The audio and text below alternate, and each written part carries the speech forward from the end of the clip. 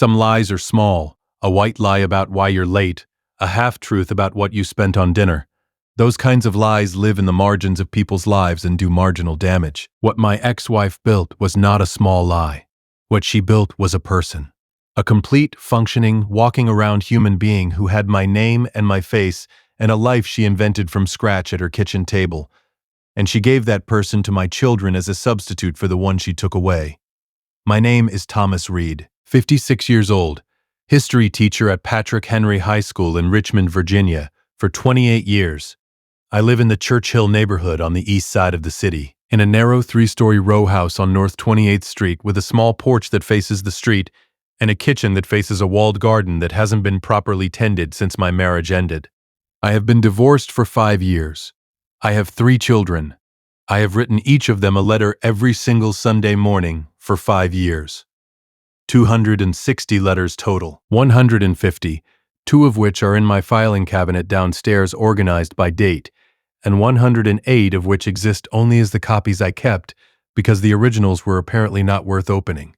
I did not know for 5 years why my children wouldn't speak to me. I had theories. My ex-wife Sandra had said things about me during the divorce, things I knew weren't true and couldn't prove weren't true. The specific variety of accusation that floats in the air of a family court proceeding and poisons everything it touches without ever being formally charged or proven.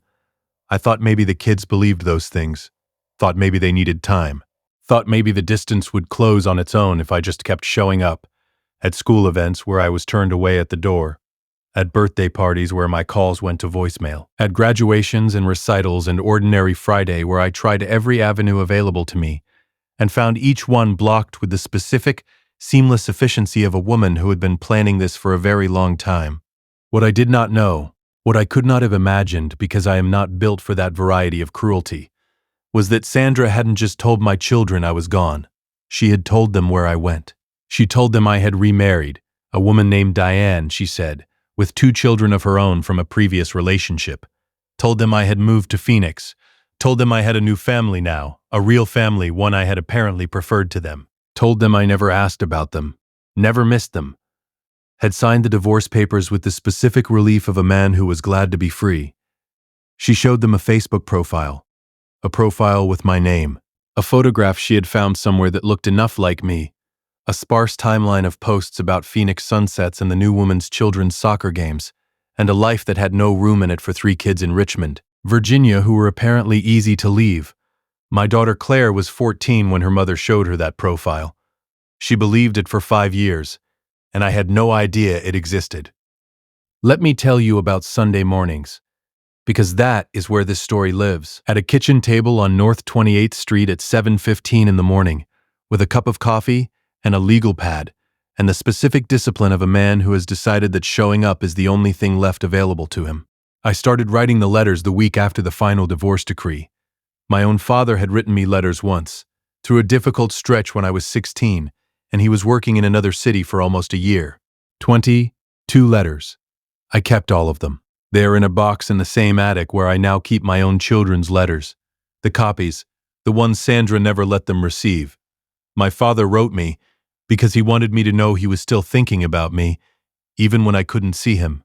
I understood that logic the way a child understands it, which is incompletely, and then the way an adult understands it, which is too late to properly thank someone who deserved to be thanked properly. So I wrote, every Sunday, to Claire, then 19, to Marcus, then 17, to Lily, then 15. I wrote about what I'd done that week, books I was reading. I was working through Shelby Foote's Civil War trilogy that first year, which is the kind of reading that a history teacher finds either fortifying or unbearable during a painful period, and I found it both. I wrote about walks I'd taken along the James River, about the parent-teacher conferences I still ran, about my students, about small things and large things and ordinary things that I thought they might someday want to know had existed.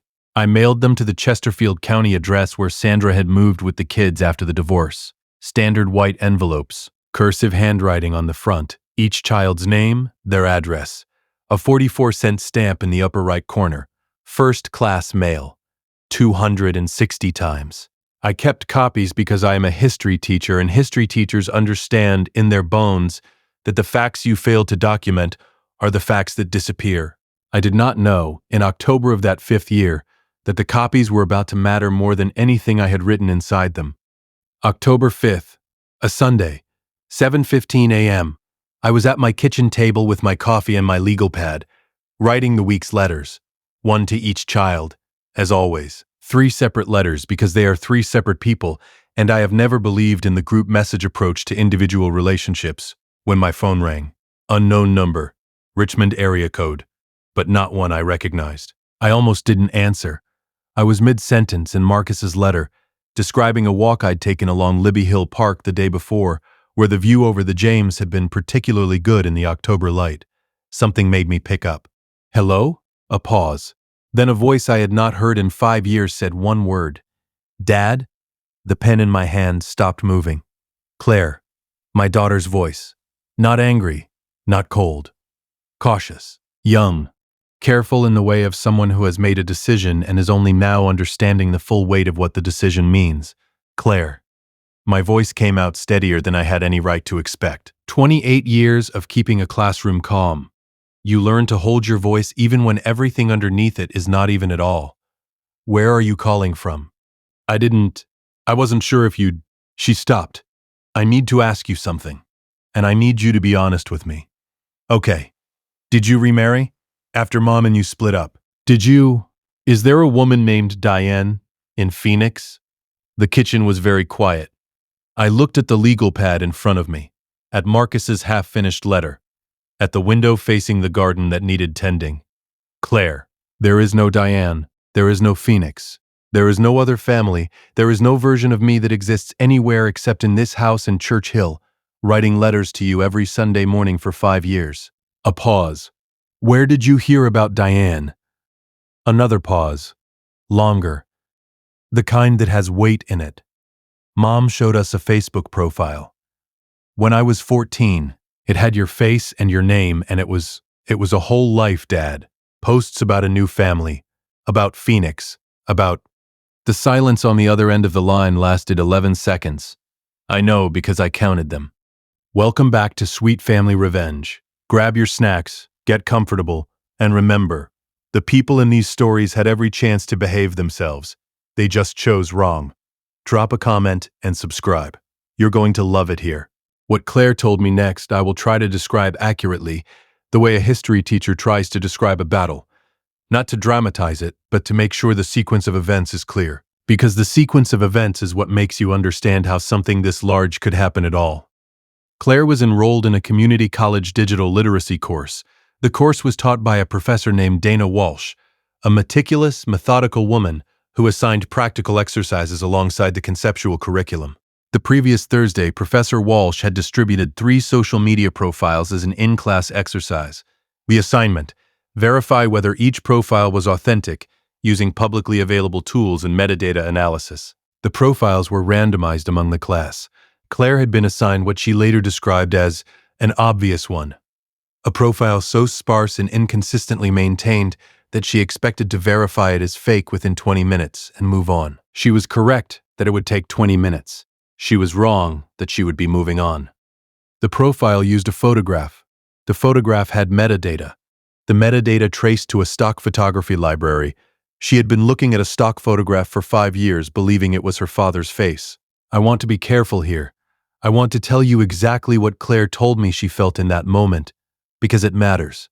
She didn't tell me she felt rage. She didn't tell me she felt vindication. She told me that for approximately 30 seconds she felt nothing at all. A complete, clean blankness. The specific response of a brain that has been handed information it does not yet have a category for. And then she typed my actual name into a search engine for the first time in 5 years. She found my real profile. Years of posts. Posts about missing my children. A pinned post from the first Christmas after the divorce that read, "To my children, wherever you are when you read this, I am still here. I have always been here." She read that post sitting in a community college computer lab at 9:40 in the morning on a Thursday in October. She called me Sunday. I sat at my kitchen table in Church Hill and looked at the window and thought about 5 years of Sunday mornings spent writing letters to children who had been shown a photograph of a stranger and told it was their father. And I felt something I had not allowed myself to feel in 5 years, because allowing it would have made the Sunday mornings impossible. I felt the full weight of it. It took me approximately 45 seconds to put the weight back down. Then I told Claire, "Can you come over?" She said, "I'm already in the car." My daughter sat at my kitchen table for the first time in 5 years, and I put a cup of coffee in front of her and sat across from her, and we looked at each other for a moment with the specific, careful attention of two people recalibrating who the other person has become. Claire at 19 looked like her mother around the eyes and like me around the jaw. She had a college student's particular combination of tiredness and alertness. The face of someone who hasn't slept enough in months but is always fully present when something matters. She wrapped both hands around the coffee mug. I recognized the gesture. "I do the same thing. Tell me everything," she said. "From the beginning. All of it." So I did. I told her about the Sunday mornings. About the letters. All of them. 260 every Sunday for 5 years without exception. Including the Sundays when I was sick. Including the Sundays after I attended school events where I had been told at the door that I was not welcome. Including the Sunday after the second Christmas, when I sat at this same table and nearly didn't write, and then wrote anyway because stopping felt like the kind of surrender I had decided at the beginning I was not going to make. I told her about the copies. She asked why I kept copies. I said because I am a history teacher, and you document what matters. I took her to the filing cabinet in the study. I opened the second drawer. She looked at the hanging folders, organized by year, labeled in my handwriting, color-coded by child. Her name in blue, Marcus in green, Lily in red. 5 years of Sunday mornings in a steel cabinet in a study in Church Hill. She didn't speak for a long time. Then, she kept them. "There's a box in the storage room off the garage." She told us it was old bills and tax papers. I never went in there, but Marcus mentioned it once, a couple years ago, said he'd seen. I thought he was confused. "I think they're in there." I thought about that for a moment. Not about the anger it should have produced. I had 5 years of practice at filing anger in places where it couldn't interfere with the Sunday mornings. I thought, instead, about what it means to keep the letters. You don't keep evidence of a lie unless some part of you believes the evidence might be needed someday. Sandra kept 260 letters in a box in her garage. She didn't destroy them, she kept them. I had been trying for 5 years to understand what kind of person does what she did. That detail told me something I hadn't known before. It was the kind of person who wasn't entirely sure. "Claire," I said, "don't go get them yet. There are some things I need to do first." She looked at me. "What things?" "Careful things. The kind of things that matter more if they're done in the right order." She studied me for a moment, the look of a daughter seeing her father more clearly than she expected to. "You're not angry." "I am angry. I've just had 5 years of practice at knowing when to use it." I called Bob Finch that afternoon. Bob has been doing family and estate law in Richmond for 21 years. He handled the original divorce proceedings and he understood immediately the significance of what I was describing. A fabricated social media profile using your photograph and identity to represent you to your own children as having abandoned them, Bob said slowly, in the voice he uses when he is writing something down as he speaks. For 5 years. For 5 years. And the letters, you have copies of all 260, filed by date, and the originals are potentially still at the marital residence, in a box in the garage, unopened. Bob was quiet for 3 seconds. "Thomas, do not go to that house. Do not contact Sandra. Do not contact Carol."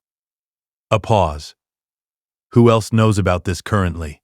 I need 48 hours to research the digital identity fraud angle and determine the strongest filing posture. Don't touch anything. Don't say anything." I thanked him, hung up, went back to the kitchen and wrote the week's letters. Some habits are load-bearing. If you've been listening for a while and want stories like this to keep coming, it really helps if you hit that like button and subscribe. 97% of people never do, but it's what keeps this whole thing running. So thank you, for real. The following Monday, Claire called Marcus. I had asked her to wait, to give Bob his 48 hours. She waited 32, and then called her brother because she is 19 years old and had been carrying this for 4 days, and her brother deserved to know. I don't hold this against her. I would have done the same thing. Marcus is 17. He processes information the way I do, quickly, and then loudly, and then quietly and permanently.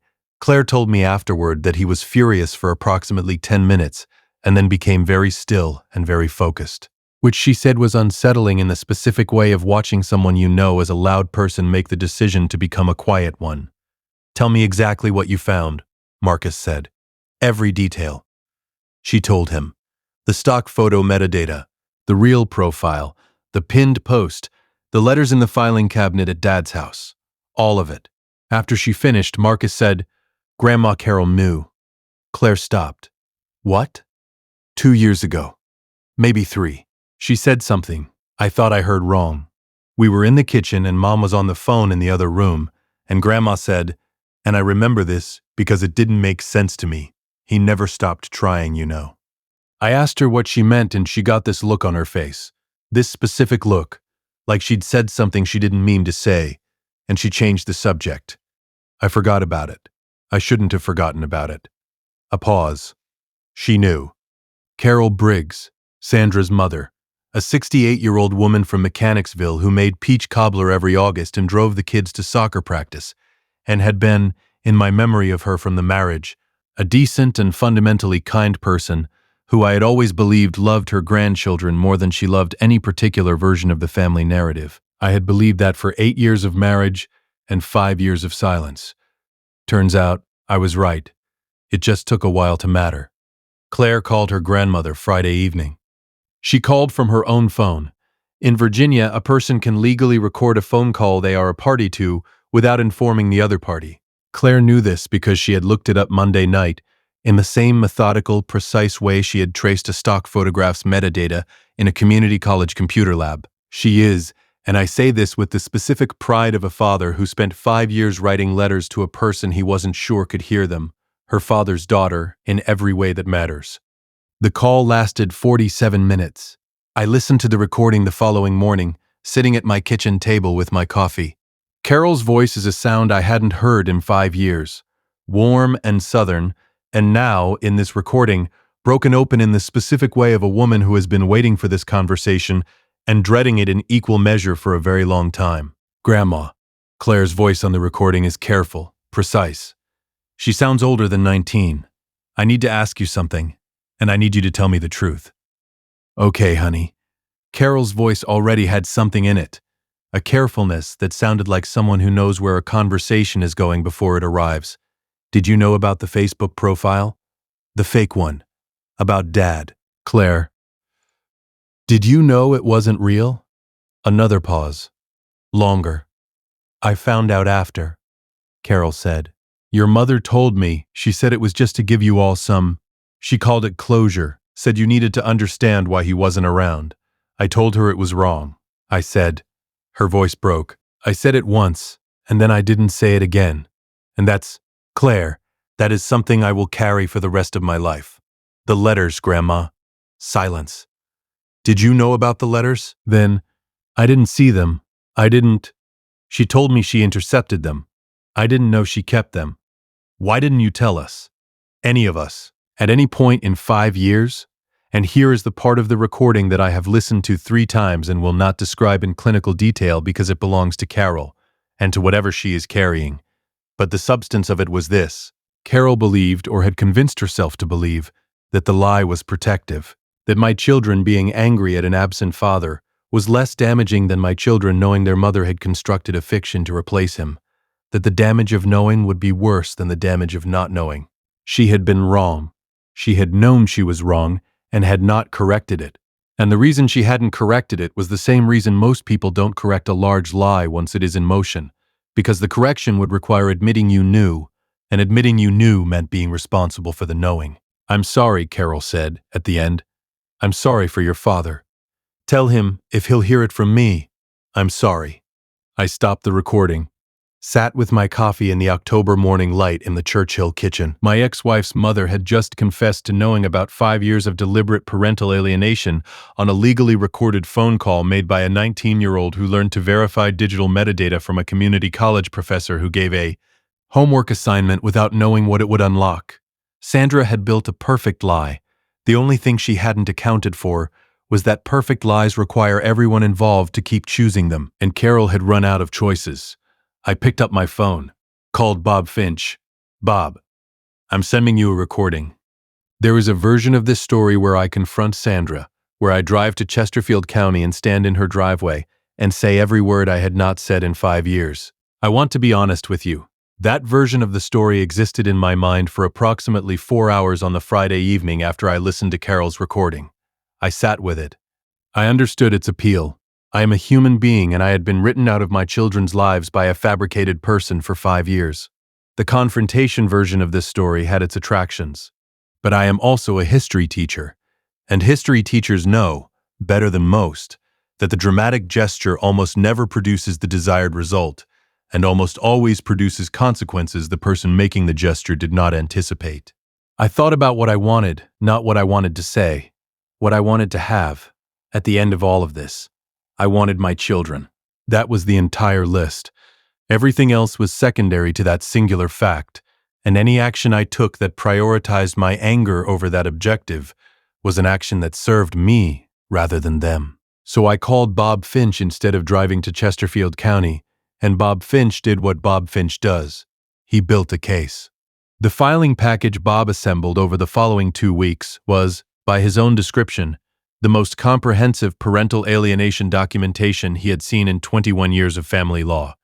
It contained my 260-letter copies organized chronologically and authenticated, the original 260 letters retrieved from Sandra's garage storage room pursuant to a court order Bob obtained in 6 days, the fake Facebook profile, with full metadata analysis conducted by a digital forensics firm Bob contracted, demonstrating conclusively that the profile photograph was a stock image purchased from a commercial library, that the account had been created 11 days after the divorce was finalized, and that the account's activity had been maintained through at least 18 months of regular posting before going dormant, and the 47-minute recorded call between Claire and Carol Briggs, transcribed and authenticated.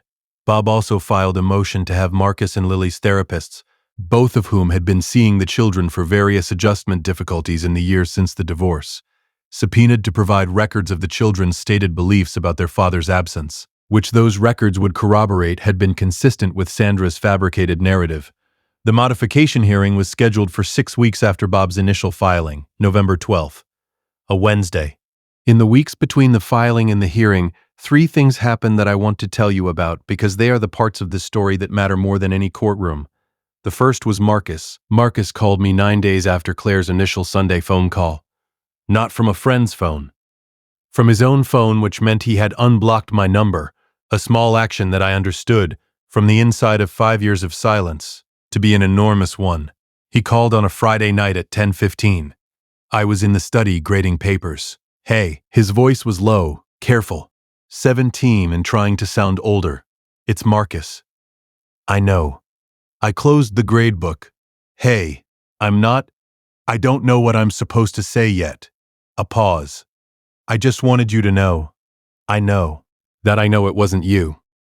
Okay. That's it. I'm not ready to do the whole thing yet. I just needed to say that part.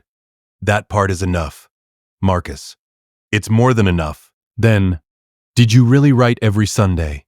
Every Sunday. Even when? Every Sunday. Without exception. I could hear him breathing, the specific sound of a 17-year-old who is trying to hold something together that keeps wanting to come apart. Okay, he said.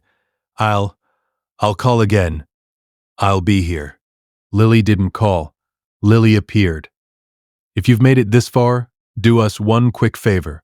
Subscribe. A lot of people watch without ever doing it, but it costs you nothing and means everything to us. Thank you, genuinely. On the Thursday before the hearing, November 9th, a cold, gray Richmond morning, I heard a knock at the front door of the North 28th Street house at 8:15 a.m. I was already dressed for school. I opened the door and my 15-year-old daughter was standing on my porch with a backpack on her shoulder and the expression of a person who has made a very large decision and is trying not to look like they need to be talked out of it. Can I come in? Lily said. She was 15 when I last saw her. She was 15 now. But the 15 she was now was 5 years larger than the 15 I remembered, and those 5 years were visible in her face in the way that time always shows in people's faces when you have missed the slow accumulation of it. I stepped back. Yeah, I said. Come in. She came in, sat at the kitchen table, the same table where the letters were written, where the coffee was made, where the Sunday mornings had lived for 5 years. She put her backpack on the floor. She looked at the kitchen like a person cataloging something. "You have a lot of books," she said. "Occupational hazard. Claire said you were writing letters. She said you kept copies. In the filing cabinet in the study. Can I see them?" "Open the second drawer." She looked at the hanging folders. Her name in red. She reached out and touched the edge of the most recent folder, the one from this year. She didn't open it. Then she turned around and looked at me with the specific, steady look of her mother's eyes and my jaw, and said, "I'm really angry." "You should be. Not at you." "I know. I don't know how to do this. I don't know how you're supposed to." Her voice caught on something. She held on to it. "I missed 5 years. So did I." She nodded, very slowly, like a person who was making the deliberate decision to receive something they have been keeping at a distance. She looked at the filing cabinet for a long moment. "Can I read some of them?" "You can read all of them. They were always yours." The third thing that happened before the hearing was Carol. Carol called me directly.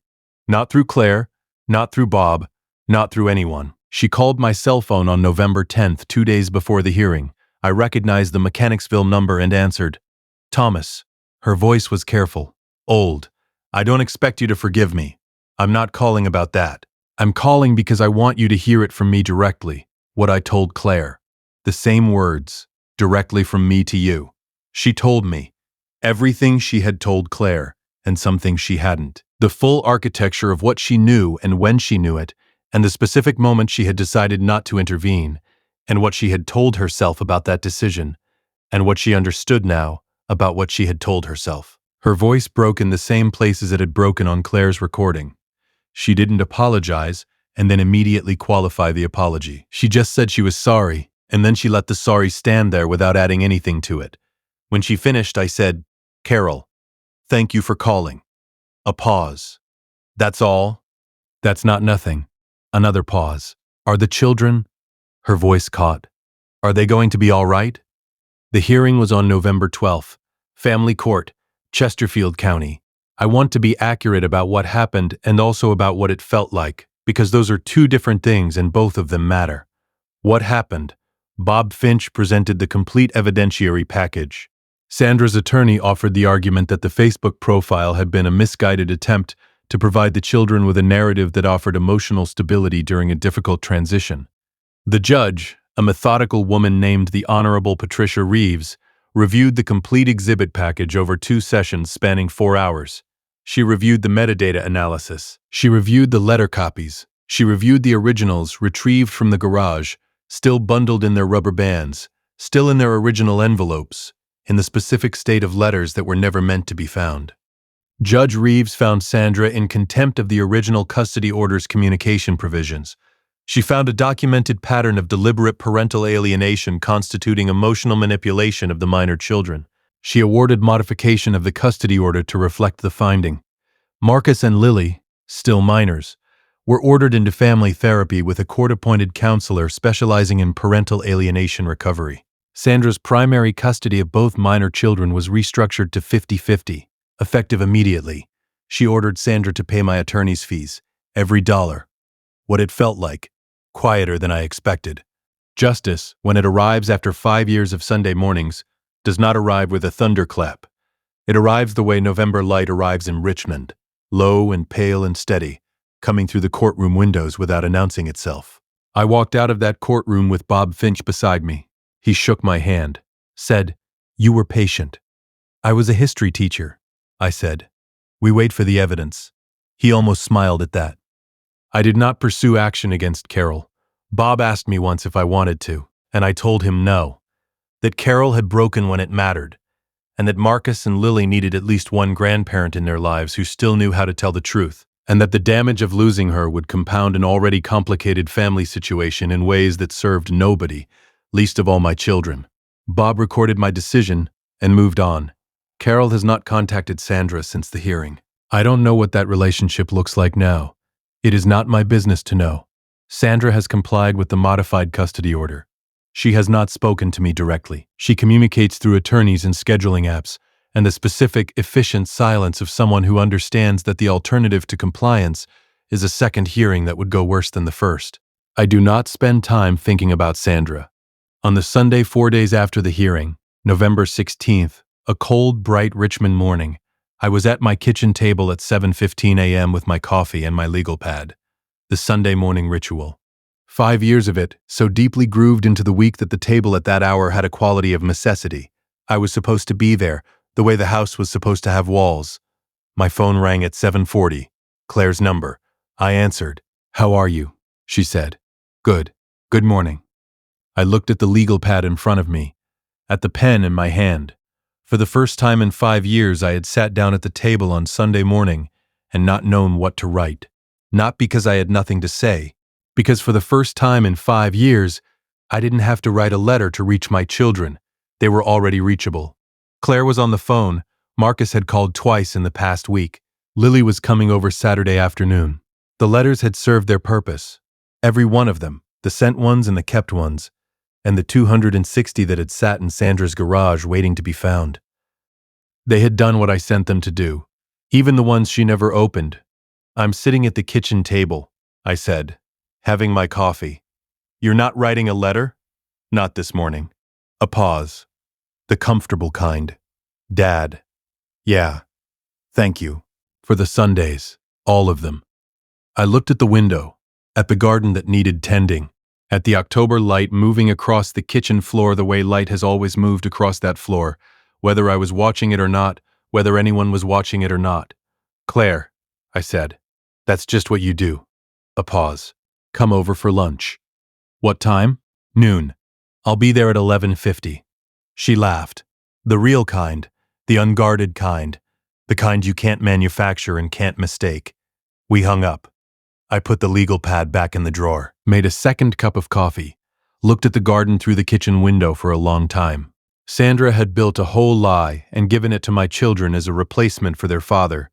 She had built it carefully and maintained it for 5 years and believed, perhaps, that a lie that complete was a lie that would hold. What she forgot, what people who build lies always forget, is that the truth doesn't need anyone's help. It doesn't need an attorney, or a custody modification, or a confrontation in a driveway. It just needs someone to look closely enough. In this case, it needed a 19-year-old girl with a homework assignment and the specific patient precision of her father's mind. Claire found the truth. The truth came home. And on a Sunday morning in November, for the first time in 5 years, I sat at my kitchen table in Church Hill without a letter to write.